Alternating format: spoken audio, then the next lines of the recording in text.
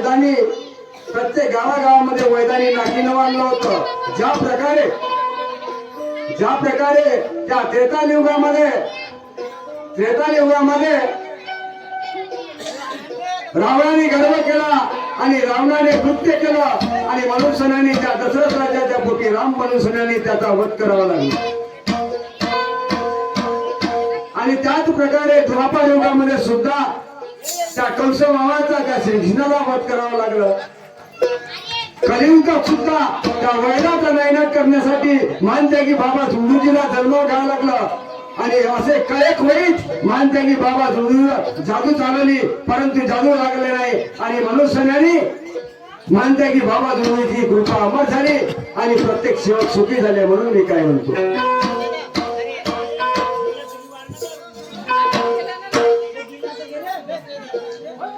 विसरू नका हे बाबाला,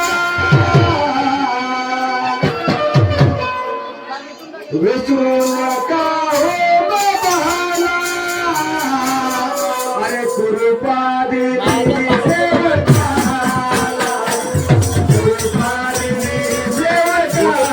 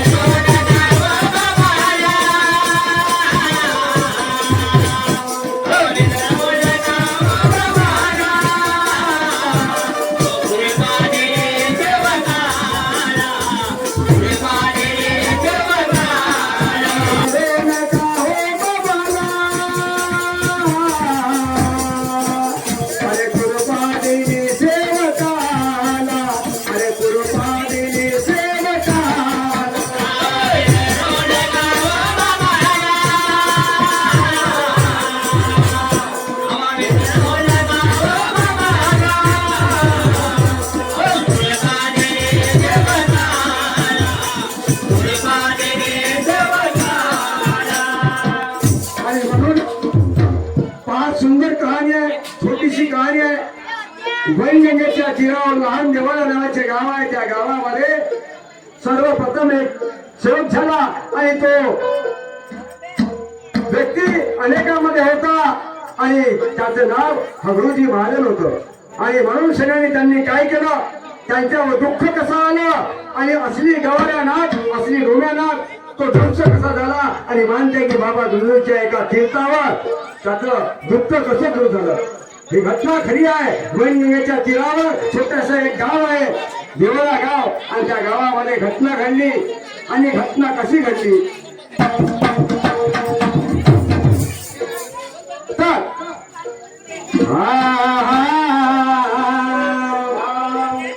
वडील यांच्या मुलाला बेटा बेटा रामराला म्हटलं माझ्या मुला रामराला रामला राजा बेटा रामलाल बाबा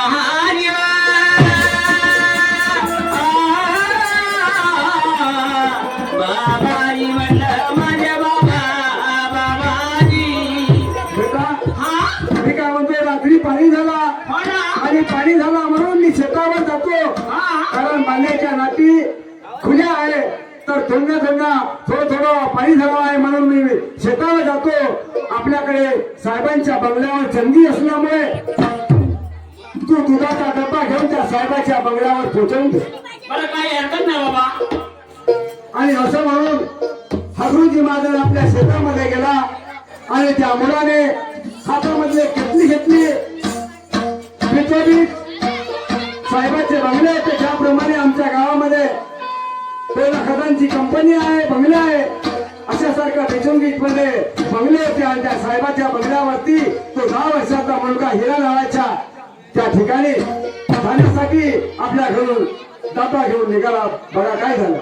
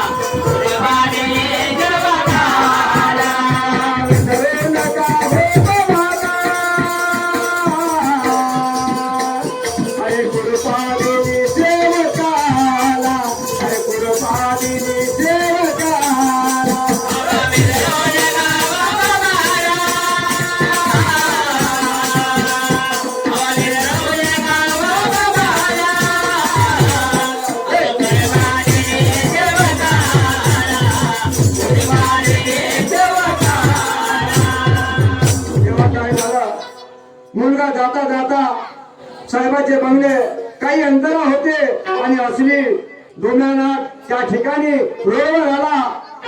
10 वर्षाचा मुलगा होता आणि तो त्या मुलाच्या वाला त्या दुधाच्या वासने त्या मुलाने ते दुधाची केटली त्या ठिकाणी ठेवली.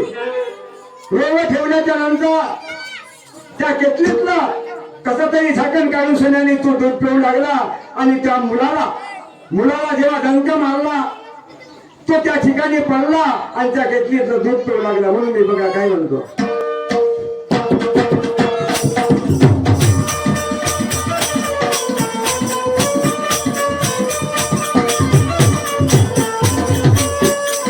दूध पिऊ लागला ना गोबा मोठ्या वयानंदा.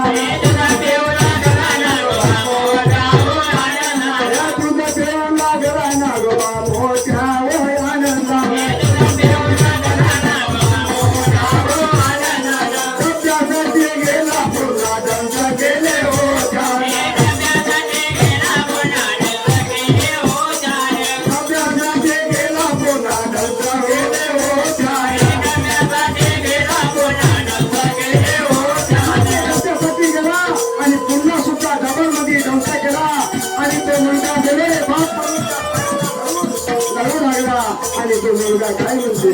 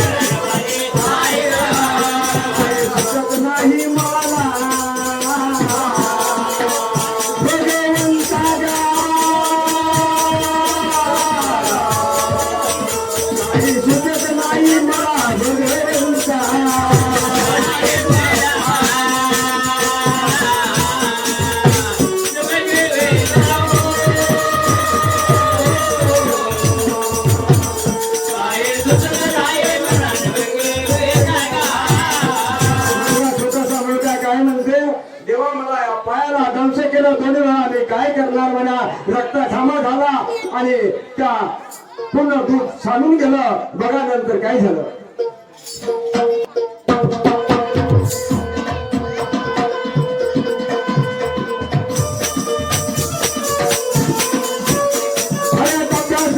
गेला पुन्हा दर्श गेले होत्या.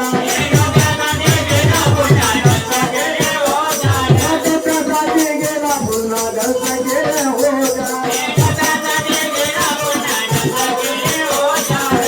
लागले काही जग पायाला. अरे कृपा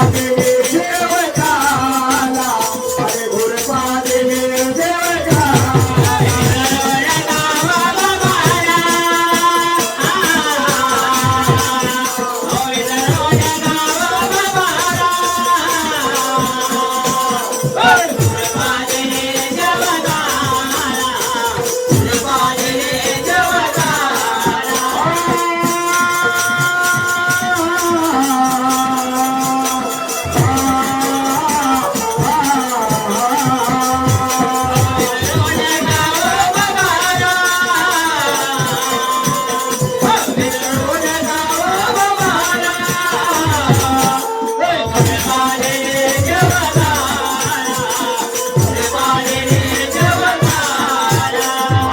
गुरु का हो बाबा, अरे कृपा दिले सेवकाला, अरे कृपा दिले सेवकाला.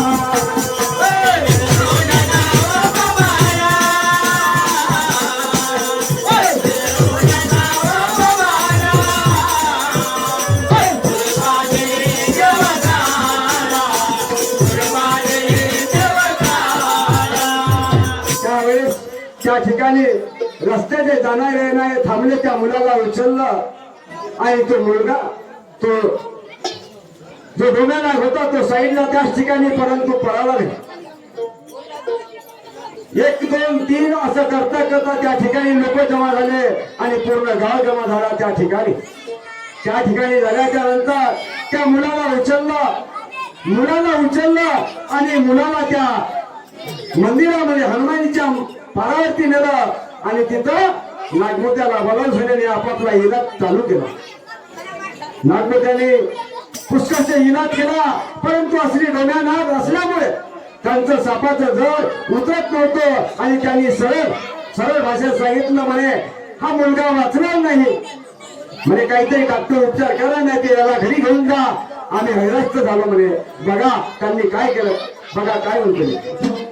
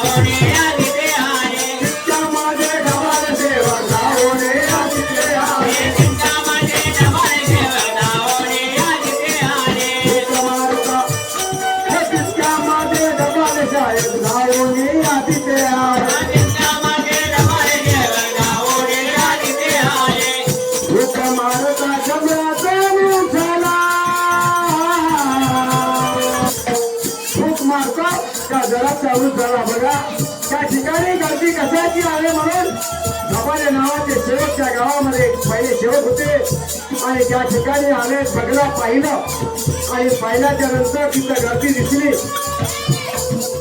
तेव्हा त्यांना बरोबर वाटलं नाही. त्या मुलाला घराकडे नेण्यासाठी थांबलेलं तेव्हा त्यांना दया आली आणि बाबांच्या तीर्थ बनवून त्यांना लावायला दिलं आणि एका क्षणामध्ये त्यांचं दुःख दूर झालं. हो त्या मुलाचं म्हणून निघालं. अरे फुक मारता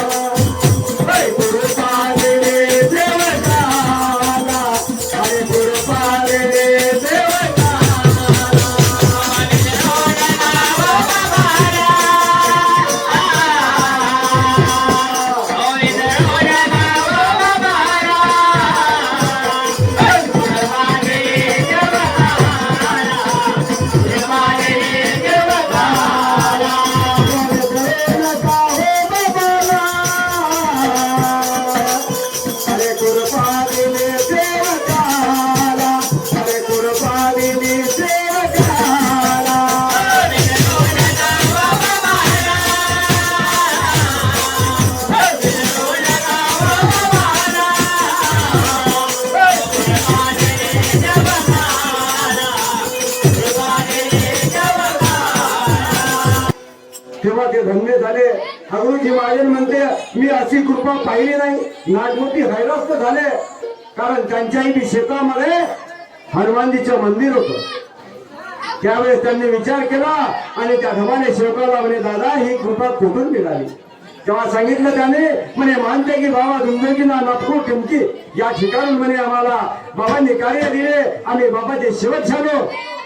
आणि असली लोंढ्या नागाचं सुद्धा घराचं सापाचं जळ उचलू शकते.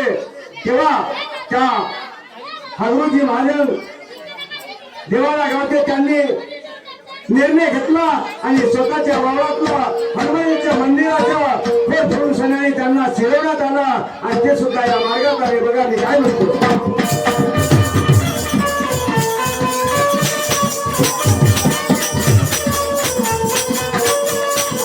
भगवान बाबा हनुमानजी की कृपाय मा, भगवान बाबा हनुमानजी कृपाय मान. भगवान बाबा हनुमानजी की कृपाय मा, भगवान बाबा हनुमानजी कृपाय मान. कृपावती कृपा गेली बाबा राजा दुर्लभीला, कृपावती कृपा केली बाबा माझ्या दुर्दशेला. कृपावती कृपा गेली माझ्या बाबा दुर्लभीला, कृपावती कृपा केली माझ्या बाबा दुर्दशेला. आणि त्याच्यामुळे पारणाची तिला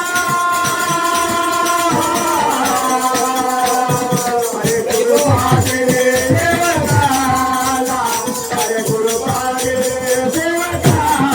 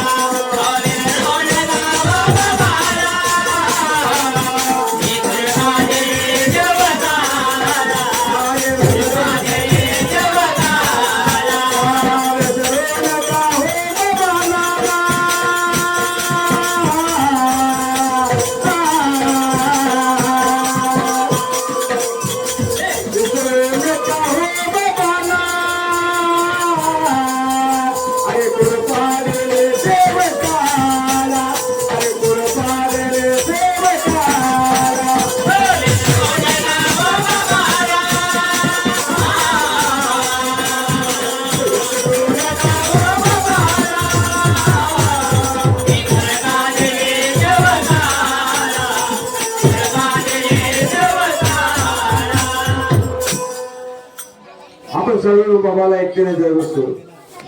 भगवान बाबा हनुमान जी महान जागी बाबा गुरुदेव जी की जय.